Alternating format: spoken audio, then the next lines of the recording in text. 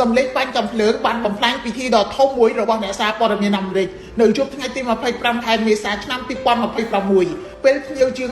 2600នាក់កំពុងអង្គុយក្នុងកម្មវិធីជួបជុំអាហារពេលល្ងាចរបស់សេតាវិមាននៅសន្តាគារ Hilton រដ្ឋធានី Washington កងកម្លាំងសន្តិសុខភ្នាក់ងារសម្ងាត់អាមេរិកបានស្រែកលាន់ពេញសាលថាមានការបាញ់ប្រហារហើយពួកគេប្រញាប់នាំលោកដូណាល់ Trump និងភរិយារបស់លោករួមជាមួយអនុប្រធានាធិបតីអាមេរិកលោក JD Vance និងមន្ត្រីជាន់ខ្ពស់ចេញពីទីកន្លែងនោះភ្លាមក្នុងរយៈពេលប៉ុន្មានវិនាទីប៉ុណ្ណោះពិធីដ៏អធិកអធមមានអ្នកមុខអ្នកការនិងអ្នកកសែតល្បីៗ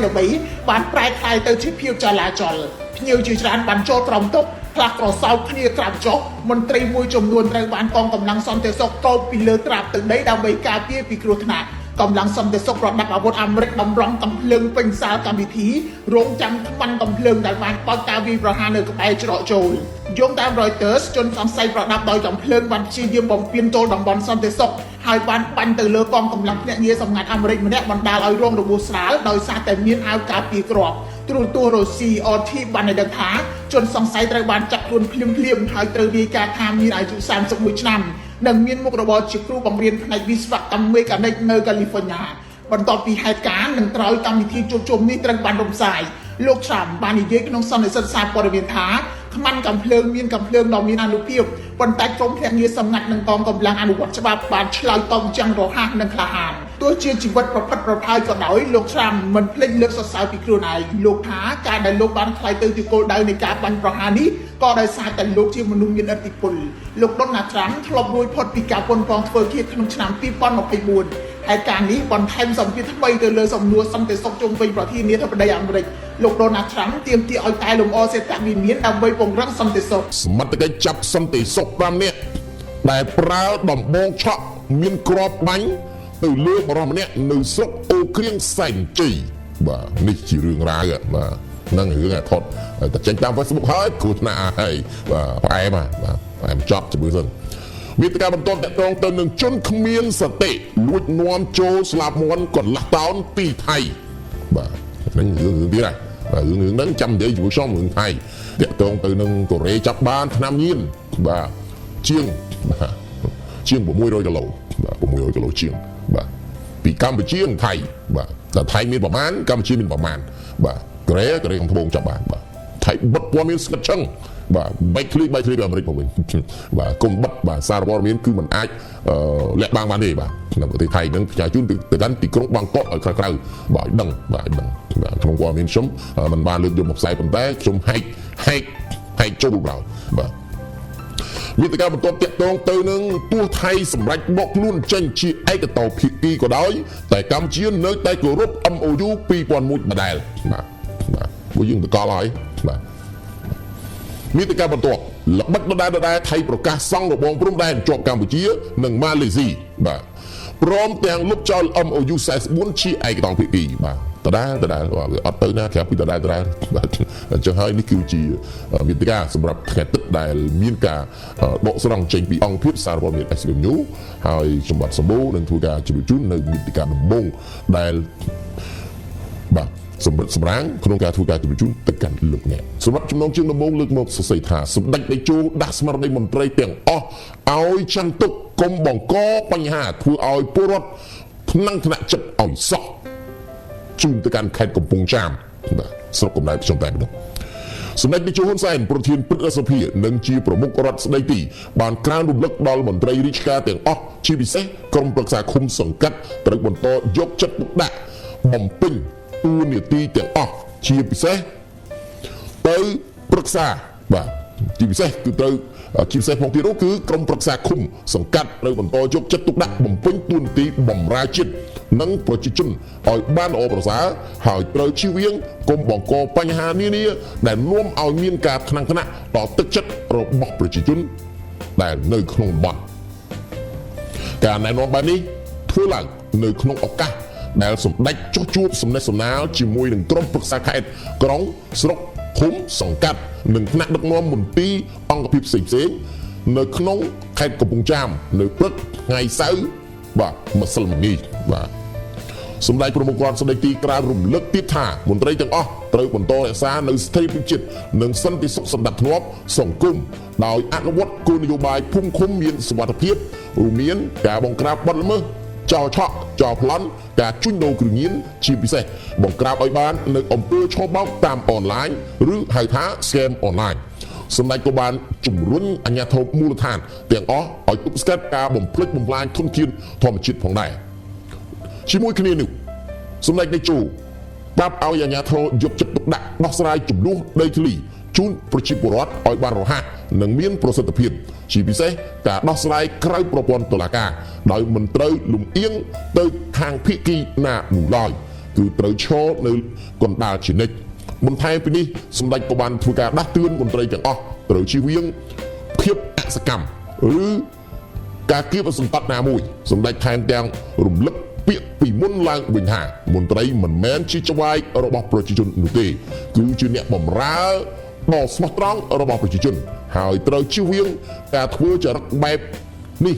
គឺប្តីស័ក្តិ3ប្រពន្ធស័ក្តិ4កូនឡើងដល់ស័ក្តិ5នេះជាប្រសាសន៍របស់ប្រមុខរាជរដ្ឋាភិបាលកម្ពុជាគឺសម្ដេចតេជោបាទសម្ដេចតេជោហ៊ុនសែនលោកបានធ្វើទស្សនកិច្ចកាលពីថ្ងៃម្សិលមិញនេះនៅក្នុងខេត្តកំពង់ចាមហើយនៅក្នុងការធ្វើការទស្សនកិច្ចនៅក្នុងខេត្តកំពង់ចាមនេះប្រមុខរដ្ឋស្ដីទីដែលជាសម្ដេចតេជោហ៊ុនសែនអតីត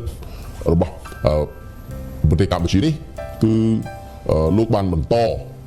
នៅការណែនាំទៅកាន់បាទអ្នកនៅក្នុងខេត្តកំពង់ចាមជាពិសេសគឺឲ្យរៀបចំនៅសម្ដាប់ធ្នាប់ឲ្យបានល្អអនុវត្តនៅគោលនយោបាយភូមិឃុំមានសុវត្ថិភាពហើយនឹងធ្វើការបង្ក្រាបនៅការឆក់ការប្លន់អីជាដើមហើយជាពិសេសក្នុងទីនោះគឺការជួញដូរគ្រឿងញៀនការជួញដូរគ្រឿងញៀននេះគឺជាកត្តាមួយដែលយ៉ាប់យ៉ឺនមែនទែនដែលមុននេះបន្តិចខ្ញុំបានជម្រាបជូនទៅកាន់លោកអ្នកហើយថាតាក់ទងទៅនឹងការណែនាំរបស់សម្ដេចតេជោឲ្យមន្ត្រីទាំងអស់ត្រូវគោរពកុំឲ្យប្រជាជនឬក៏ប្រជាពលរដ្ឋដែលនៅក្នុងមូលដ្ឋានមានការថ្នាក់ជាមួយនឹងមន្ត្រីដែលនៅក្នុងតំបន់ដែលខ្លួនគ្រប់គ្រងឬក៏នៅក្នុងតំបន់ដែលខ្លួនមានការកាន់កាប់ពីព្រោះកាលណាមន្ត្រីមានការលំអៀងទៅភាគីណាមួយគឺច្បាស់ជាមានបញ្ហាកើតឡើងមានន័យថាមានការថ្នាក់អញ្ចឹងតួយ៉ាងខ្លួនជាមន្ត្រីមិនថាមន្ត្រីឃុំមន្ត្រីទេគឺកតាបកិច្ចរបស់គាត់គឺត្រូវឈរនៅចំណុចកណ្ដាលមានន័យត្រូវដោះស្រាយបញ្ហាដីធ្លីដោះស្រាយចំនួនមិនថាការលែងលះទេបាទត្រូវឈរនៅកណ្ដាលឈរនៅកណ្ដាលទូនទីរបស់មន្ត្រីមិនមានន័យថាគៀបសង្កត់ថាឯងទៅស្ដាប់អញឲ្យលុយអញប៉ុណ្ណេះមកហើយបាច់ឲ្យអញទេអានឹងគេហៅឲ្យប្រាប់បើគេសួរឲ្យប្រាប់ថាសគុណនេះអញចេះមកណា1 2 3 4អាហ្នឹងវាខុសអញ្ចឹងបាននៅក្នុងចំណងជើងដែលបានលើកឡើងរបស់សម្ដេចតេជោដែលជាប្រមុខរដ្ឋស្ដីទីរូបនេះលោកបានលើកឡើងថាការដាស់ស្មារតីរបស់មន្ត្រីឲ្យចាំទុកថាកុំបង្កបញ្ហាធ្វើឲ្យប្រជាពលរដ្ឋថ្នាក់ចិត្តព្រោះគេណាគេហៅថាគ្នើសចិត្តបាទក្នុងនេះដាក់ក្នុងថាបើខ្ញុំនិយាយថាគ្នើសចិត្តតែគ្នើសចិត្តហ្នឹងគឺមានការបង្ហោះតាមបណ្ដាញសង្គមបាទមានមន្ត្រីខ្លះក៏ធ្លាក់បុណ្យស័ក្តិដោយសារតែព័ត៌មាននៅតាមបណ្ដាញសង្គមមានអង្គការខ្លះធ្លាក់ឯកឧត្តមខ្លះក៏ធ្លាក់ឬក៏ដកមុខតំណែងប្រឈរជើងអី1 2 3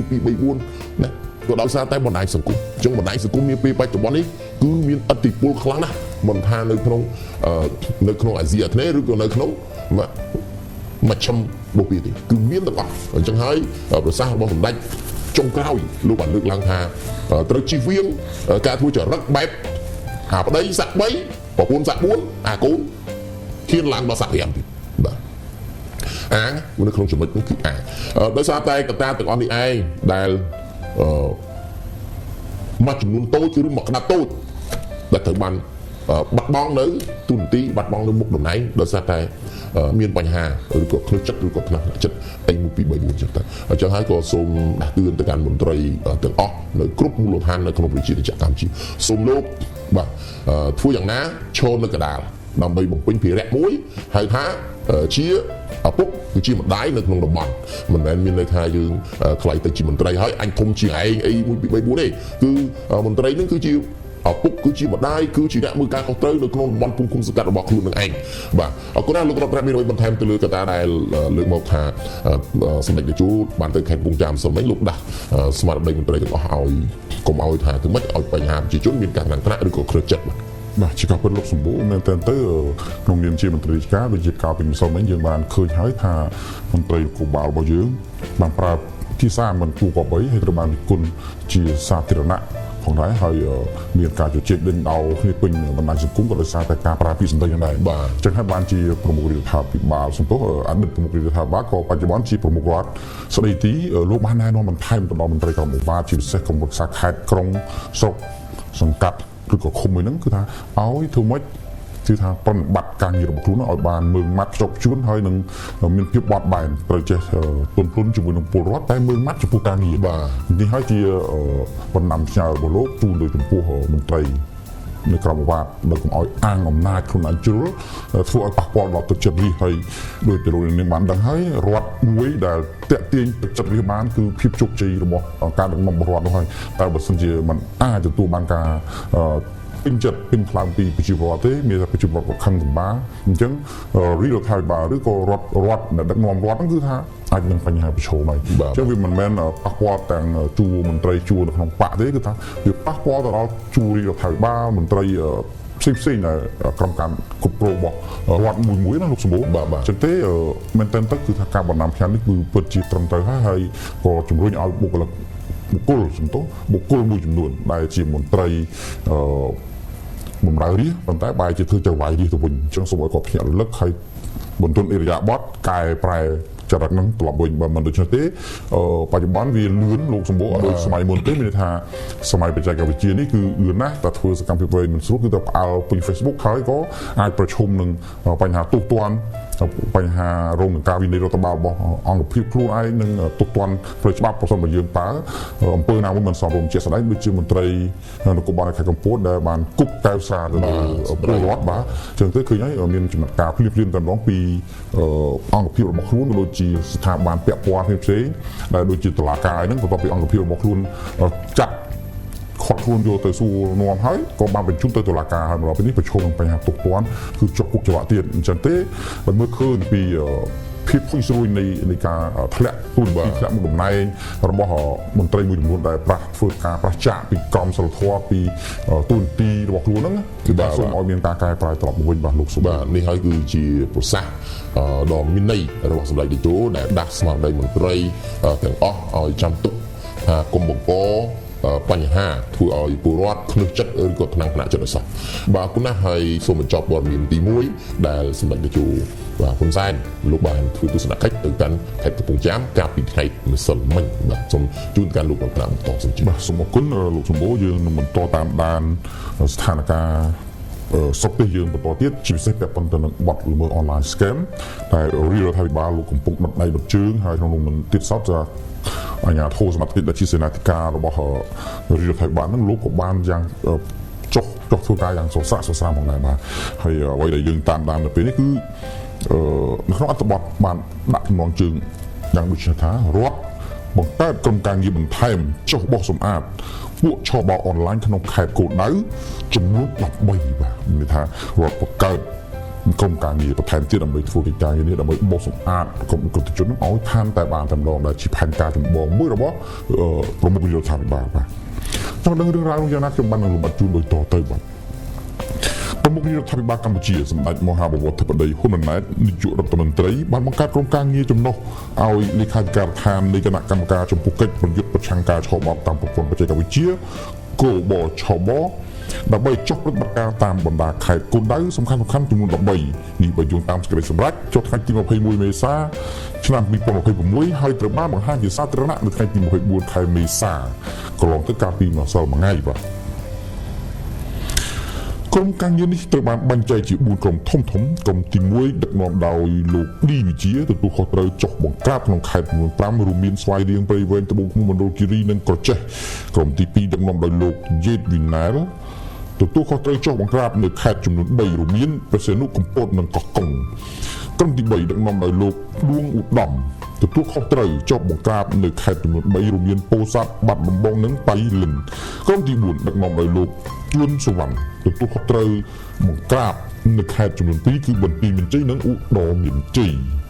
ក្រុមការងារនីមួយៗមានភារកិច្ចស្នូលរួមមាន1 ចុះពិនិត្យទីតាំងសង្ស័យនិងទីតាំងដែលធ្លាប់បានបង្ក្រាបឬទៅបានបិទនាពេលកន្លងមកដើម្បីការពារកុំឲ្យមានការលួចបើកដំណើរការឡើងវិញ 2. ត្រួតពិនិត្យលើការកាត់ផ្តាច់ប្រព័ន្ធអ៊ីនធឺណិត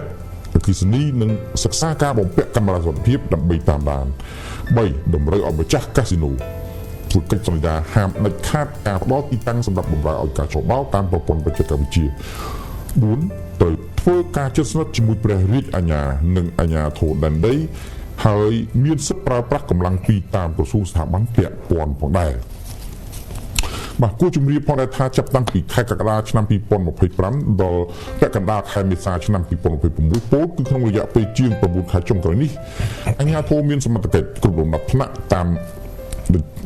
តាមបណ្ដារាជធានីខេត្តបានបំពេញបេសកកម្មបង្ក្រាបអំពើឆបោកតាមប្រព័ន្ធបច្ចេកវិទ្យាបានជាង 250 ករណីនិងបានកសាងសំណុំរឿងបញ្ជូនទៅតុលាការចំនួន 112 ករណី ដោយឡែកបើគិតចាប់ពីដើមឆ្នាំ 2025 ដល់ខែមេសាឆ្នាំ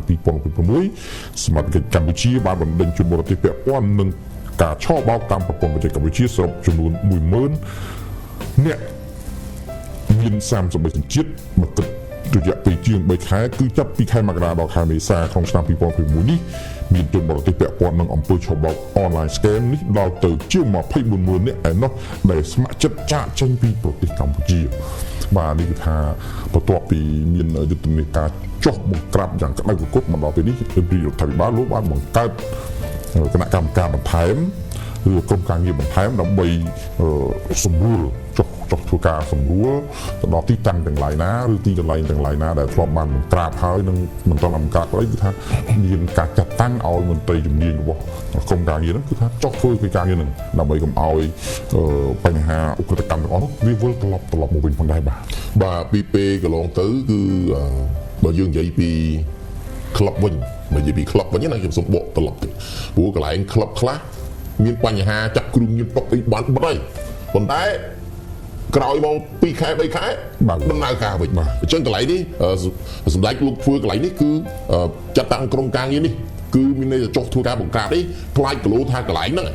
ថ្ងៃក្រោយទៅ2 3ខែក្រោយទៅវាដំណើរការឡើងវិញគាត់ថាចុះតែចាប់មកឈប់ហ្នឹងដល់ពេលមកឈប់ក្រោយទៅវាអាចដំណើរការឡើងវិញនេះគឺជារឿងដែលមានការបារម្ភដូចកន្លែងជុលមន់លោកអ្នកបាទបើដើរដូចខ្ញុំអានឹងដឹងច្រើនបាទកន្លែងជុលមន់បាត់តែ3ខែ2ខែ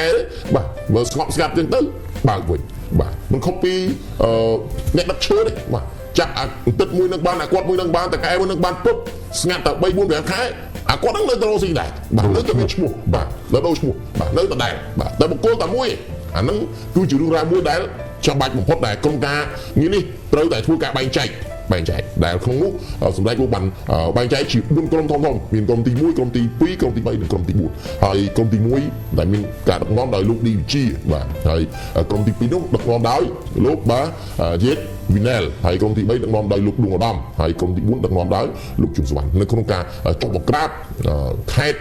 បាទចំនួន2នៅប្រទេសវិជ័យនិងឧត្តរវិជ័យបាទឧត្តរវិជ័យព្រោះជាទីតាំងមួយដែលសន្មតថាជាកន្លែងដែលអាចនឹងមានហានិភ័យខ្ពស់នៅចុងវត្តមានខ្ញុំនឹងបង្ហាញព័ត៌មានដែលតកតងទៅនឹងថៃធ្លាប់បានថាកម្ពុជាជាសម្បុកគ្រឿងញៀនដែលពេលនេះបាទកូរ៉េខាងត្បូងគឺកំពុងតែចាក់បានជនជាតិថៃដែលដឹកជញ្ជូនថ្នាំញៀនបាទប្រមាណ600គីឡូក្រាមជាហើយក្នុងនោះកម្ពុជាមានតែប្រហែលជា6គីឡូក្រាមតើខាងណាខុសខាងណាត្រូវបាទអញ្ចឹងបានចំណុចកន្លែងនេះយើងខ្ញុំបើនិយាយពីខ្ញុំខ្ពើមសម្ដីដែលកសែតខុសតឬក៏កសែតបាទ donation របស់ថៃសរសេរមកខ្ញុំនិយាយតាមត្រង់ទៅមុខបងប្អូនដែលកំពុងតែស្ដាប់នៅក្នុង YouTube បាទនឹក1ម៉ោងចាប់ផ្ដើមតនិយាយបាន1ម៉ោងជិត2នេះហើយខ្ញុំចង់បង្ហាញថាអារម្មណ៍មួយដែលពួកគាត់ចោទយើងគឺឈឺចាប់មែនទេទាំងយើងកំពុងតែធ្វើកំពុងតែប្រកគេហៅថាបង្ហាញនៅសកម្មភាពដើម្បីកុំចាត់ចោលនៅជំទាំងអស់នេះកុំឲ្យមានការចាញ់បោកសូម្បីតែ SBMU បើផ្សាយពីការឆោបបោកផ្សាយដឹងថាប្រមាណរាប់ភ្លេចបាទផ្សាយប៉ុន្តែយើងសួរថាតើនៅតែមានការចាញ់បោកដោយសារអីដោយសារតែចិត្តលោភលន់បាទចង់បានម្ចាស់ទឹកម្ចាស់គូដែលខ្ញុំធ្លាប់បានជម្រាបហើយបាទរស់ស៊ីតាមសមាជីវទៅមួយថ្ងៃចំណេញបាន 50000 យក 50000 នឹងទៅបាន 30000 នឹងទៅ 70000 នឹងទៅបាទយកប៉ុណ្ណឹងទៅបាទអានេះបានយើងរស់នៅមានសេចក្តីសុខមួយក្រុមគ្រួសារប៉ុន្តែបើយើងចង់លោកឡើងចង់មានដូចគេមកក្រាំងឲ្យធំអាហ្នឹងទៅផ្លូវហ្នឹងហើយបាទមិនបាច់ពីណាបខំទេម្ល៉េះហើយចំណុចទាំងអស់នេះដែល ប្រមុខរាជរដ្ឋាភិបាលកំពុងតែចាត់វិធានការព្រោះខ្លាចកន្លែងខ្លះវាដំណើរការទៅវិញដដែលបាទដំណើរការឈប់ជួលឲ្យចង់និយាយថាឈប់ជួលឲ្យតកែមួយហ្នឹងឯងប៉ុន្តែជួលតកែផ្សេងបាទតកែផ្សេងតកែដែលបាទដូរតែឈ្មោះបាទដូរតែឈ្មោះសរសេរខុសបាទឯកសារដដែលដូចយើងចាប់បាននៅដូចជាបាត់ដំបងអីនៅរំបញ្ជ័យទេបាទដដែលបាទដដែលបាទឈ្មោះតែហើយបើក14ដងបាទចុះបង្ក្រាបបើក14ដងឯកសារដដែលអានេះគឺជាបញ្ហាមួយដែលយើងត្រូវមានការយកចិត្តទុកដាក់ព្រោះបើយើងនិយាយពីបច្ចុប្បន្នដែលបានបណ្ដេញជនបរទេសដែលពាក់ព័ន្ធនឹងការចុះបង់តាមប្រព័ន្ធអនឡាញវិទ្យាជីវនោះសរុបជាង 100,000 នាក់បាទ 100,000 នាក់ណាហើយក្នុងនោះមានក្នុង 100,000 នាក់ហ្នឹងមានដល់ទៅ33សញ្ជាតិផ្សេងគ្នាបាទ33សញ្ជាតិដែលថៃចំណាំនិយាយថាខ្មែរអនឡាញខ្មែរស្គែមអនឡាញបាទសិតតែជនបរទេសមិនមែនជាជនជាតិខ្មែរទេបាទហើយក៏មានខ្មែរដែរមិនមែនយើងច្រានចោលឬក៏បដិសេធថាមិនមែនមានខ្មែរទេក្នុងនោះក៏មានខ្មែរយើងចូលដៃចូលជើងដែរអានេះយើងនិយាយឈរនៅកណ្ដាលក្នុងនាមជាអ្នកដែលផ្សាយនៅសារព័ត៌មានហើយកត្តាទាំងអស់នេះឯងដែលយើងត្រូវការធ្វើការគិតគូរបាទគិតគូរឲ្យវែងឆ្ងាយបាទគិតពីពេលជាង3ខែកន្លងទៅដែលចាប់ពីខែមករាមកដល់ខែមេសា4ខែនេះគឺមានជនបរទេសដែលពាក់ព័ន្ធនឹងជាង 24,000 នាក់បាទអានេះសរុបរយៈពេល4ខែហ្នឹងមិនតិចទេលោកនេះបាទសរុបរយៈពេល4ខែហ្នឹងគឺមានជាង 24,000 នាក់ណាដែលព្រមស្ម័គ្រចិត្តចាក់ចេញពីកម្ពុជាបាទនេះគឺជាកត្តាដែលខ្ញុំត្រូវការសម្ដេចជំនុជនហើយយើងទទួលបានព័ត៌មាននេះពីនគរបាលជាតិបាទដែល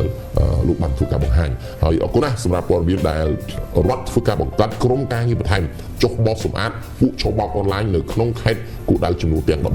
បាទធ្វើអញ្ចឹងគឺជាចំណុចល្អបាទហើយសូមឲ្យអ្នកដែលរត់បង្កើតហ្នឹងចុះទៅកុំឲ្យថាចុះទៅលេខក្រុមការងារ3 4នាក់គេហុចឲ្យ 1000 យក 1000 បាត់បិទមាត់បាទអាចចំណុចបិទមាត់ហ្នឹងដែលធ្វើឲ្យបញ្ហាវាចេះតែបន្តកាត់ឡើងដដែលបាទយើងសូមបញ្ចប់នៅអាកម្មវិធីថាបិទមាត់ឬសោកតាមកប៉ៅក្រមកប៉ៅលឿហ្នឹងបាទអាហ្នឹងបាទបើសិនជាមានអាហ្នឹងនៅតែហ្នឹងឬក៏មន្ត្រីណាមួយនៅតែបន្តអាហ្នឹងយើងពិបាកនៅក្នុងប្រទេសទាំងមូលមិនថាយើងសូម្បីគេកាលណាមន្ត្រីខុបខិតឬគប់ខិតជាមួយនឹងបាទជនល្មើសគឺពិបាកធ្វើការណាពិបាកធ្វើការព្រោះអីពួកជនល្មើសវាដឹងសកម្មភាពរបស់មន្ត្រីបាទអញ្ចឹងដែលបោះដៃទៅបាទបោះដៃទៅដឹងដែលពិបាកធ្វើការជាទីបំផុតនៅពេលដែលមានមន្ត្រីពលខូតគប់ខិតមួយចំនួនទូចមកក្រាបទូចអានេះជាបញ្ហាបាទអរគុណណាស់ដែលរដ្ឋធ្វើការបង្កើតនៅក្រុមការងារចុះធ្វើការបោះសម្អាតពួកឆបោកតាមអនឡាញនៅក្នុងខេត្តគូដៅដែលមានចំនួនដល់ទៅ13ហើយយើងសង្ឃឹមថាការងារទាំងអស់នោះនឹងដំណើរការរលូនជាបន្តបន្ទាប់បាទសូមបិទបញ្ចប់ព័ត៌មានតែត្រឹមនេះហើយយើងងាកបែរមកកាន់ព័ត៌មានមួយទៀតដែលបាទសមត្ថកិច្ចចុះសម្រុកចាប់បាទដល់ទីតាំងធំចំនួន2ហើយចាប់បានបរទេសជាង400នាក់បាទ400នាក់ដែលសង្ងំដាក់គោលដៅប្រុងប្រៀបនិងឆបបាក់ជាអាមេរិកបាទហើយនេះប្រចាជូនទៅកាន់បាទអាមេរិកផងបាទជួនកាលអាមេរិកផងព្រោះជនជាតិអាមេរិកមួយចំនួនអ្នកធ្វើការធំអាមេរិកមួយចំនួនក៏ចេះនិយាយភាសាខ្មែរដែរព្រោះនៅក្នុងរដ្ឋមួយចំនួនហ្នឹងមានជនជាតិខ្មែរយើងច្រើនណាស់បាទដែលនិយាយភាសាខ្មែរដើម្បីលម្អិតនៅព័ត៌មាននេះខ្ញុំបាទសូមអានជូននៅចំណងជើងដែលធំដែលលើកមកសរសេរដោយអង្គភាពសារព័ត៌មាន SBM News ដែលចំណងជើងលើកមកសរសេរថាកម្លាំងសមត្ថកិច្ចសម្រុកចូលទីតាំងធំចំនួន2ចាប់បរទេសជាង400នាក់លួចសំងំដាក់គោលដៅឆបោកជនជាតិអាមេរិកបាទជូនទៅកាន់ខេត្តបន្ទាយមានជ័យក្តៅអាជ្ញាធរកម្ពុជាបើកប្រតិបត្តិការចុះបង្ក្រាបអគារលួចប្រព្រឹត្តបទល្មើសឆបោកអនឡាញក្តៅចំនួន2ទីតាំងធំ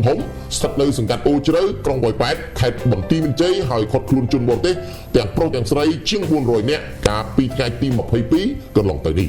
តាមអគ្គស្នងការដ្ឋាននគរបាលជាតិបានបង្ហាញរបាយការណ៍លម្អិតអំពីករណីនេះនៅយប់ថ្ងៃទី24ម្សិលមិញបាទថាក្រុមការងារចម្រុះបានចុះត្រួតពិនិត្យទីតាំងចំនួន2រកឃើញជនសង្ស័យសរុប402នាក់ស្ត្រី36នាក់មាន10សញ្ជាតិស្ដាប់ឲ្យច្បាស់លោកអ្នកណាក្នុង400នាក់ហ្នឹង400នាក់ជាងហ្នឹងមាន10សញ្ជាតិបាទក្នុងនោះមានស្រី36នាក់បាទហ្នឹងស្ដាប់ឲ្យទីក្រុងបាងកកស្ដាប់ថាសញ្ជាតិហ្នឹងមិនមែនខ្មែរបាទទាំងអស់ទេណាស្ដាប់ឲ្យច្បាស់រួមមានចិនវៀតណាមបង់ក្លាដេសប៉ាគីស្ថានបាទតាស៊ីគីស្ថានឥណ្ឌូនេស៊ីមីយ៉ាន់ម៉ាឥណ្ឌានេប៉ាល់និងបាទហ្សុកស៊ីបាទនៅក្នុងចំណោមអ្នកដែលត្រូវបានឃាត់ខ្លួននោះមានម្ចាស់ទីតាំងជនជាតិចិនចំនួន14នាក់និងម្ចាស់ទីតាំងជនជាតិខ្មែរចំនួន3នាក់នេះច្បាស់ហ្មង បាទចំពោះម៉ូតូតាំងដែលដកហូតរួមមានកុំព្យូទ័រជាង600គ្រឿងទូរស័ព្ទដៃជាង2000គ្រឿងរថយន្ត7គ្រឿងអាវុធខ្លីនិងគ្រាប់កាំភ្លើងចំនួន10គ្រាប់ទូដែក6មានទឹកប្រាក់ជាង$9000លុយបាតថៃនិងលុយរៀលខ្មែរ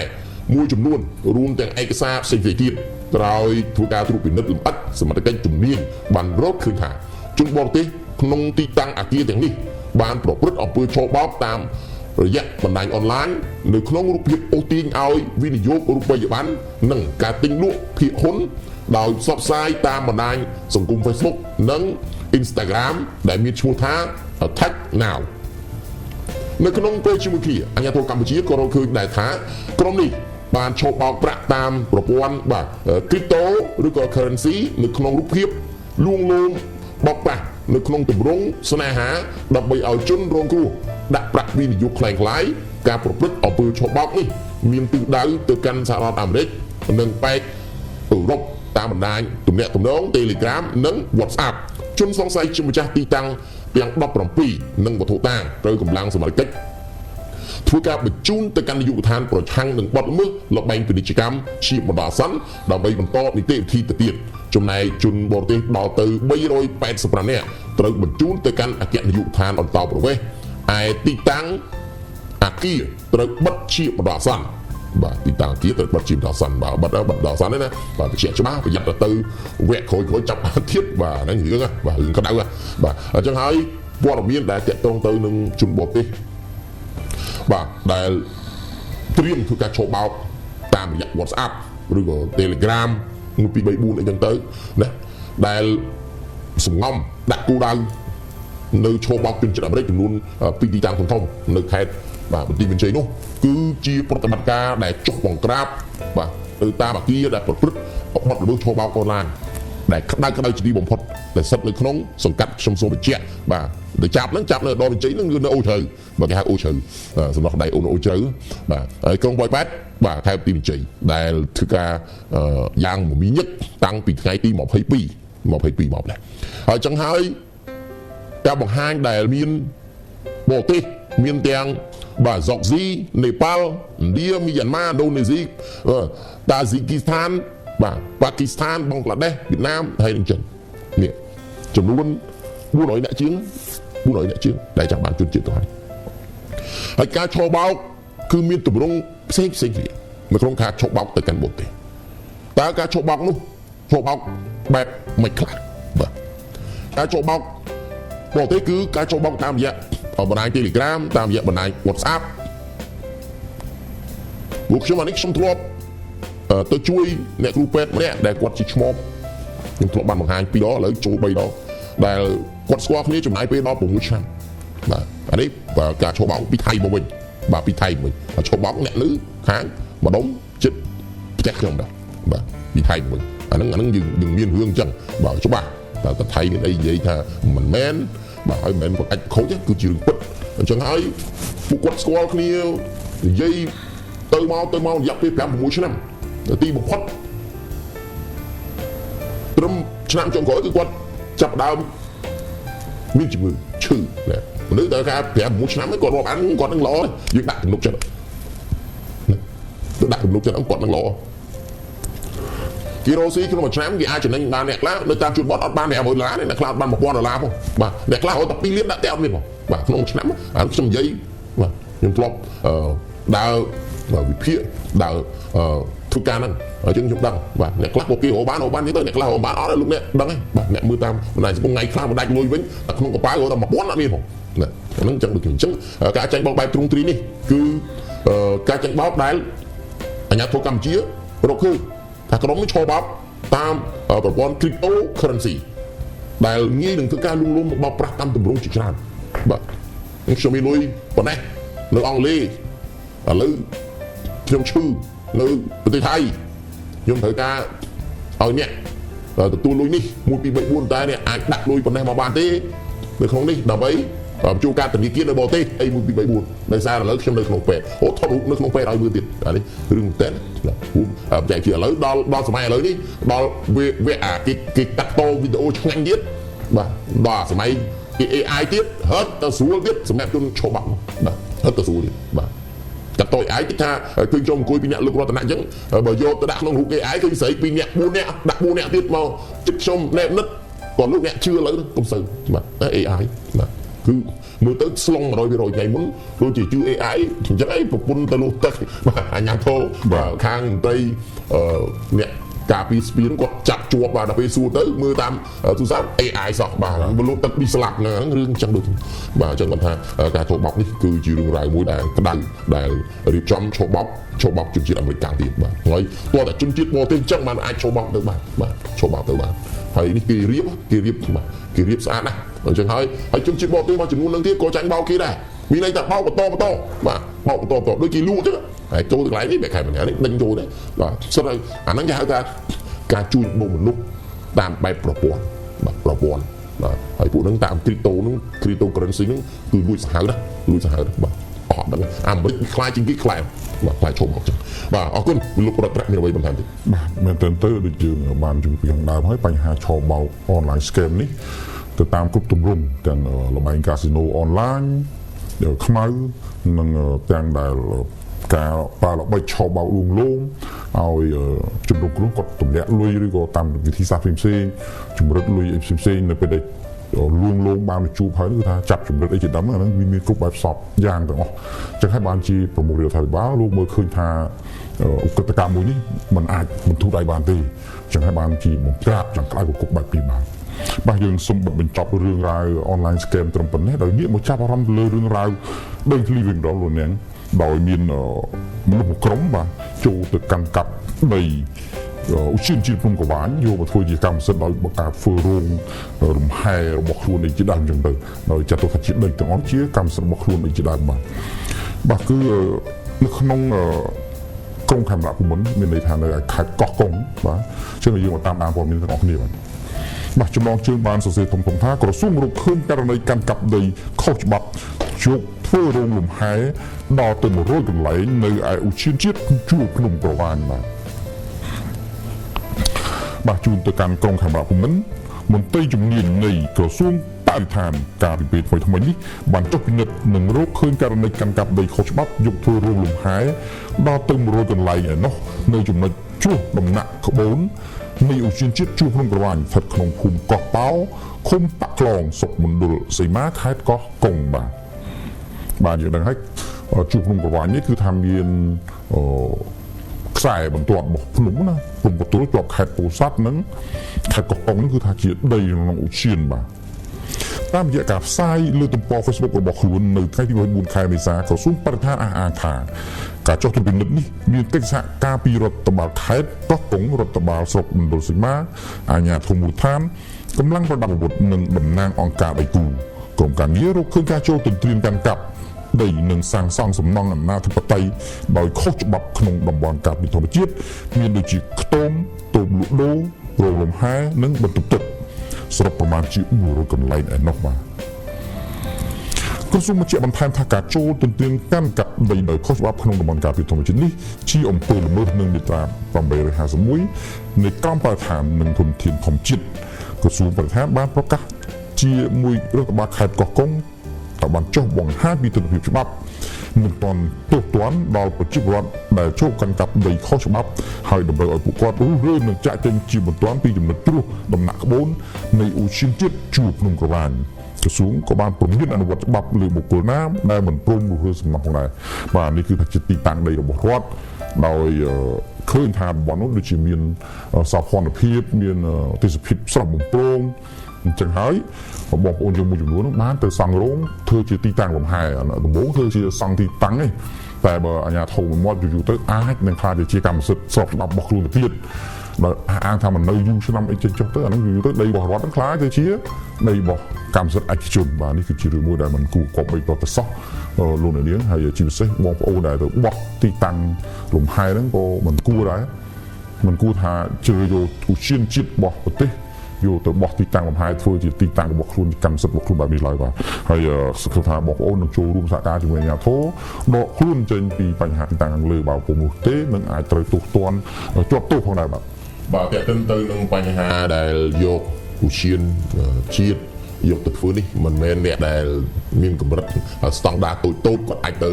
ចំណាយលុយទៅលើបញ្ហាទាំងអស់នេះទេសុទ្ធតែអ្នកមានធនធានមានធនធាននៅក្នុងការចុះទៅបាទបង្កើតឬគេហៅថាបើកស្តង់សម្រាប់លំហែសៅអាទិត្យច័ន្ទជីពុតអីចឹងសម្រាប់គាត់រស់ស៊ីពេលគាត់ចាស់ទៅបាទព្រោះអញ្ចឹងមានន័យថាអ្នកដែលមានទូរនីតិមុខតំណែងមិនមែនអ្នកនៅក្នុងភូមិខ្ញុំទៅបើកខ្ញុំចង់បានទេបាទមិនមែនអ្នកនៅគេហៅថាមានទូរនីតិតូចគាត់ទៅបើកនៅចង់បានទេសូម្បីតែលុយហុញផ្លូវហ្នឹងក៏បានបាទសិតតែអ្នកដែលមានគេហៅថាទុនធានគាត់បើក្រែលឬក៏គេហៅភាសាតាមរបបថាក្រែបាទក្រែដែលចុះទៅបើកចឹងប៉ុន្តែនេះជាឱសានបត្តិមួយដែលផ្ញើជូនទៅកាន់អ្នកដែលយកដីខុសច្បាប់យកធ្វើរោងលំហែដល់ទៅជាង100កន្លែងនៅចំណុចជ្រុះដំណាក់ក្បូននៃឧទ្យានជាតិជួរក្នុងកវាយស្ថិតក្នុងភូមិកោះប៉ោឃុំបាក់ខ្លងស្រុកមណ្ឌលសីមាខេត្តកោះកុងបាទព្រោះផងដែរបងប្អូនលេងកោះកុងមានកន្លែងលំហែច្រើនមានកន្លែងនេះកន្លែងនោះបាទយកធ្វើគេហៅឲ្យធ្វើឲ្យតាក់ទងមួយភូមិឃុំអីឲ្យគាត់ធ្វើលិខិតអត់មានប្លង់រឹងប្លង់របស់យកទេបាទគាត់ឲ្យធ្វើលិខិតបញ្ជាក់ថាបានចេះឲ្យហុចលុយឲ្យតិចតួចទៅណែហ្នឹងចឹងលឿនបាទមិនខុសទេបាទពីមុនចឹងកាលពីមុនគឺចឹងបាទមើលឲ្យឃើញអ្នកភូមិណាមកឲ្យមានឡានអីទំនើបឲ្យ2-3 ឡាននេះហើយបាទចាប់ដើមធ្វើកដាស្នាមពីពូប្រុសហើយសួរអ្នកដែលមានឋានៈទូទាវគាត់ទៅហ៊ានជាមួយឡានជិះថ្លៃបាទគាត់មិនធ្វើឲ្យគាត់លុយឲ្យតិចតួចអីបាទអឺតែខ្ញុំទៅនេះខុសត្រូវឥឡូវបើគេថាគេទៅនេះខុសត្រូវហើយអាណាមរោរឿងខ្ញុំទៅនេះខុសត្រូវបាទណែអញ្ចឹងតោះតែឧស្សាហ៍វត្តពីទីក្រុងនោះពេញទៅអាហ្នឹងងាយញ័រសាច់បាទតោះចេញបត់ជាក្តៅបាទបញ្ហារបស់នេះលើកណាតែក្រសួងដែលជាប់ពាក់ព័ន្ធជាពិសេសគឺមន្ត្រីជំនាញនៃក្រសួងបរិស្ថាននិងផលតែម្ដងបាទចេញគេហៅថាចេញពិនិត្យហើយចុះល្បាតជាប្រចាំទៅលើតំបន់ទីតាំងទាំង100កន្លែងនេះអានេះខ្ញុំផ្ញើសារជម្រាបជូនបាទជម្រាបជូនហើយទៅដល់លោកខាងបរិស្ថានមន្ត្រីជំនាញដែលទៅចុះទៅមើលញឹកញាប់តែម្ដងបាទញឹកញាប់ព្រោះតំបន់ខ្លះយកធ្វើហើយបាទដំណើរការហើយមានភ្ញៀវទេសចរទៅដេកទៀតលោករតនាបាទមានភ្ញៀវទេសចរគាត់ទៅដេកគាត់ទៅលំហែហើយយកលុយអូម៉ាឥឡូវតង់មួយប្រហែល$6-10 $20 ឬ$30ខ្ញុំឧបមាទេណាបាទខ្ញុំបញ្ជាក់ច្បាស់ថាខ្ញុំឧបមាទៅបាទ$20អីចឹងទៅតំបន់នេះទេសភាពស្អាតបាទព្រោះតំបន់ទាំងអស់នេះគឺជាជំរកនៃទេសភាពនៅពេលដែលលោកអ្នក depression ណា stress ឬក៏ talk អីចឹងទៅតូចចិត្តតូចថ្លើមអីចឹងទៅបែកបាក់សង្សារព្រោះប្រហែលដីពុតចង់ទៅលំហែ2ថ្ងៃ3ថ្ងៃអីចឹងទៅណាកំសាន្តអីឬក៏អ្នកខ្លះយកស្រីស្នេហ៍ពុតចង់អីទៅចឹងទៅអាហ្នឹងខ្ញុំនិយាយអស់បាទណាខ្លះលួចលាក់ពុនទៅហាងទៅខែទៅអីតាមពុតទៅក្នុងទេអាហ្នឹងរឿងក្តៅហើយ100កន្លែងលោករតនាអត់តិចទេបាទកន្លែងលំហែនេះបាទរួមជិត100កន្លែងជាង100កន្លែងបាទនៅក្នុងចំណុចជ្រុងដំណាក់ក្បូនហ្នឹងបាទគឺច្រើនណាស់ហើយយូរទៅអត់មានណារឿងណារឿងគាត់នៅបាន5ឆ្នាំ3ឆ្នាំ7ឆ្នាំ10ឆ្នាំកម្មសិទ្ធិរបស់អញអានេះគេហៅគេបញ្ចូលកម្មសិទ្ធិគាត់នៅយូរតាប៉ុន្មានឆ្នាំហ្នឹងដំណាំគាត់ដាំឡើងដូងទៅដាំ6ឆ្នាំ7ឆ្នាំវាឡើងផ្លែក្ដុលបាទចូលមើលខាងឧទ្យានខាងមន្ត្រីជំនាញនៃក្រសួងបរិស្ថានអត់បានចុះទៅមើលផងអញ្ចឹងដូងវាផ្លែបាទអូម៉ាថា10ឆ្នាំហ្នឹងវាផ្លែច្រើនអីខ្ពស់គាត់បានដែរហើយគាត់នៅយូរហ្នឹងបើគាត់មិនបើគាត់អត់ធ្វើប្លង់ធ្វើអីអញ្ចឹងទៅបញ្ជាក់ភូមិឃុំអីចូលឡើងរត់ទៅសូយ៉ោបាញ់ប្លង់ភឹបហើយបាទចប់សេចក្តីបាទចប់សេចក្តីណែហ្នឹងរឿង